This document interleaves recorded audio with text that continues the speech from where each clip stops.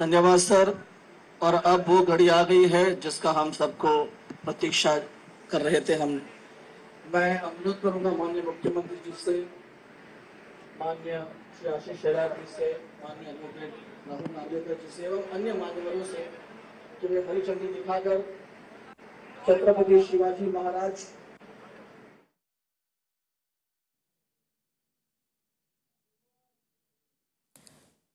छत्रपती शिवाजी महाराज यांच्या जीवन कार्याचा परिचय करून देण्यासाठी आणि महाराष्ट्राच्या ऐतिहासिक आणि सांस्कृतिक वारशाला उजाळा देण्यासाठी आयआरसीटीसीने छत्रपती शिवाजी महाराज सर्किट या विशेष पर्यटन रेल्वेची घोषणा केलेली होती आणि आज ही रेल्वे जी आहे ती सुटतीये। 80% प्रवासी हे 40 वर्षांच्या आतील आहेत असं फडणवीसांनी सांगितलेलं आहे। 700 पेक्षा जास्त प्रवासी आज यातून प्रवास करणार आहेत। या खास ट्रेनचा पहिला प्रवास हा रायगड किल्ल्यापासून सुरू होणार आहे आणि सकाळी 10:30 वाजता ही ट्रेन जी आहे माणगाव स्थानकामध्ये पोहोचेल आणि तिथून प्रवासी रायगड किल्ला पाहण्यासाठी रवाना होतील। 6 जूनला रायगड किल्ल्यावर शिवराज्याभिषेक दिन हा तारखेनुसार मोठ्या उत्साहात साजरा करण्यात आलेला होता। आज तिथीनुसार शिवराज्याभिषेक सोहळा साजरा होतोय आणि आता मुख्यमंत्री देवेंद्र फडणवीस यांच्याकडून या ट्रेनला हिरवा झेंडा दाखवण्यात आलेला आहे। ही ट्रेन रवाना झालेली आहे।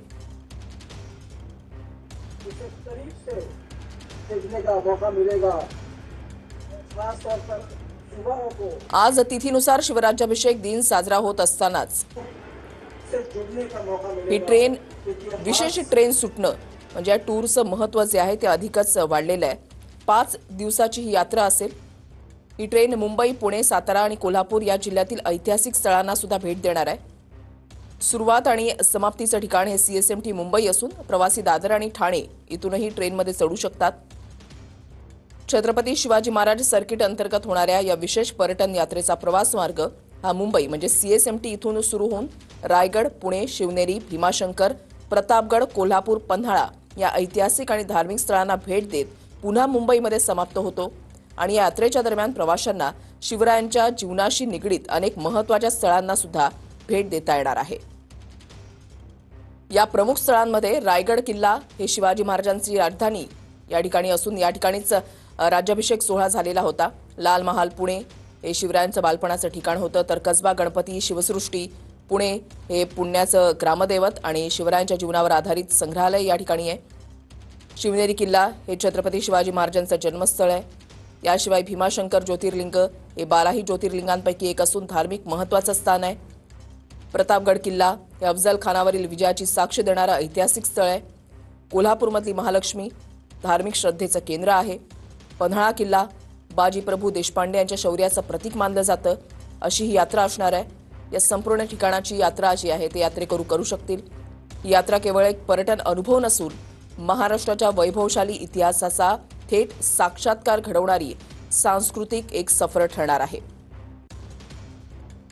या टूरसाठी 700 प्रवाशांचं बुकिंग जे आहे ते झालेलं आहे अशी माहितीच मुख्यमंत्री देवेंद्र फडणवीस यांच्याकडून देण्यात आलेली आहे आणि याच्यामध्ये 40%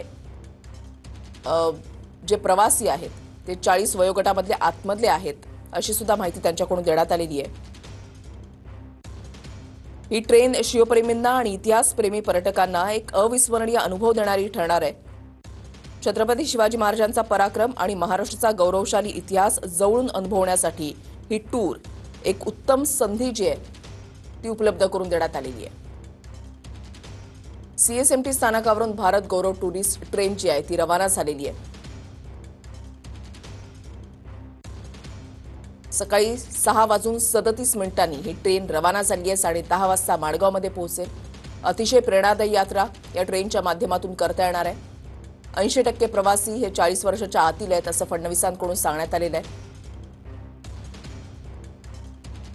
छत्रपती शिवाजी महाराजांचा इतिहास, त्यांचं कार्य हे तरुण पिढीपर्यंत अधिकाधिक स्वरूपामध्ये पोहोचावं या दृष्टिकोनातून ही टूर जी आहे ती आयोजित करण्यात आलेली आहे। 5 दिवसांची ही यात्रा असेल। प्रवाशांची सर्व सुविधा ही रेल्वेच्या माध्यमातून केली जाणार आहे।